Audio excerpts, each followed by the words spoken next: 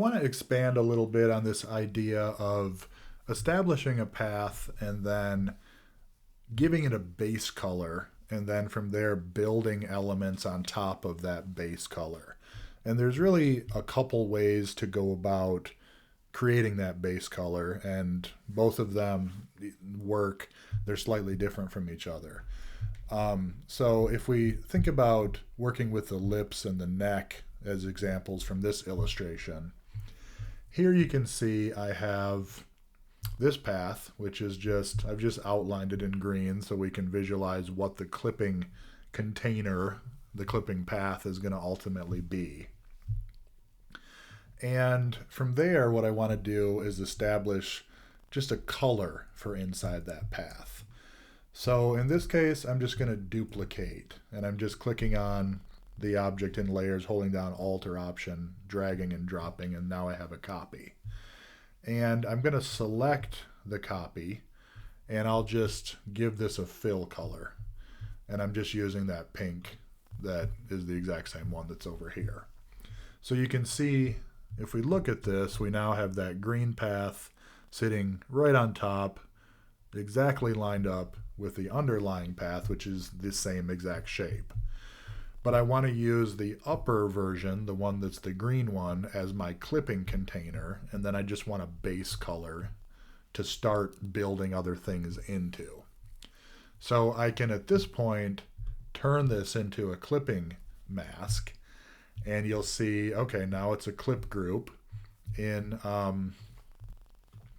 the layers actually on this container have a green stroke, which I don't want, so I'm going to turn that off.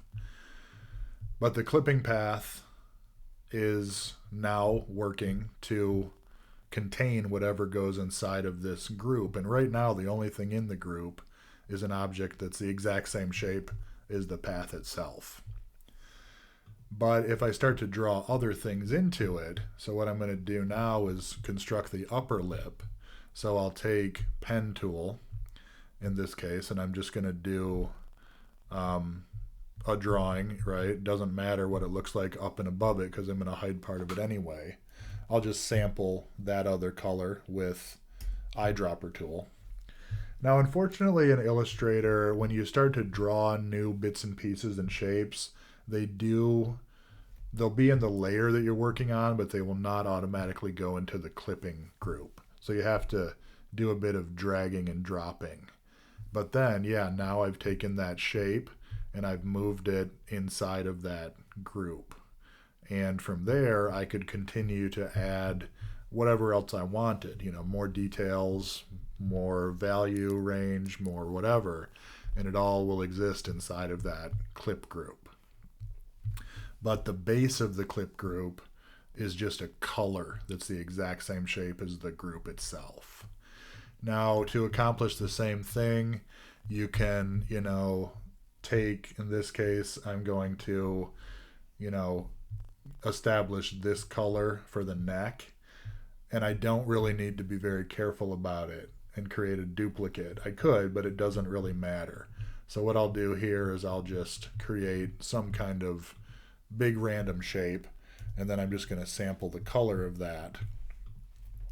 Now I do need that to be underneath my path before I can create a clip group. But you can see I'm not being careful here at all.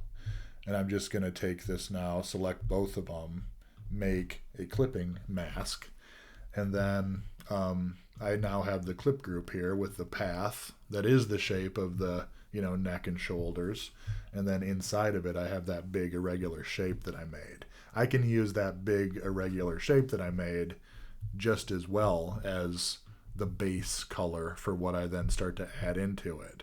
So then if I want to do some shadowing or whatever, I start to draw additional shapes. I'll just sample the color of that one again. And again, these do not appear in a convenient location, so you have to drag and drop them in. But now I've got value range and shadow and details and starting to occur. And I could add more details and textures and all kinds of things. But you need to sort of have that base color inside of your clipping path. Otherwise, if there's nothing there, then all you're going to see is the detail stuff that you're clipping inside of it, right? but you're not going to see the color of the rest of the body in this case, right? So hopefully that makes sense, and you can start to visualize how you're going to begin to construct illustrations using this clipping method.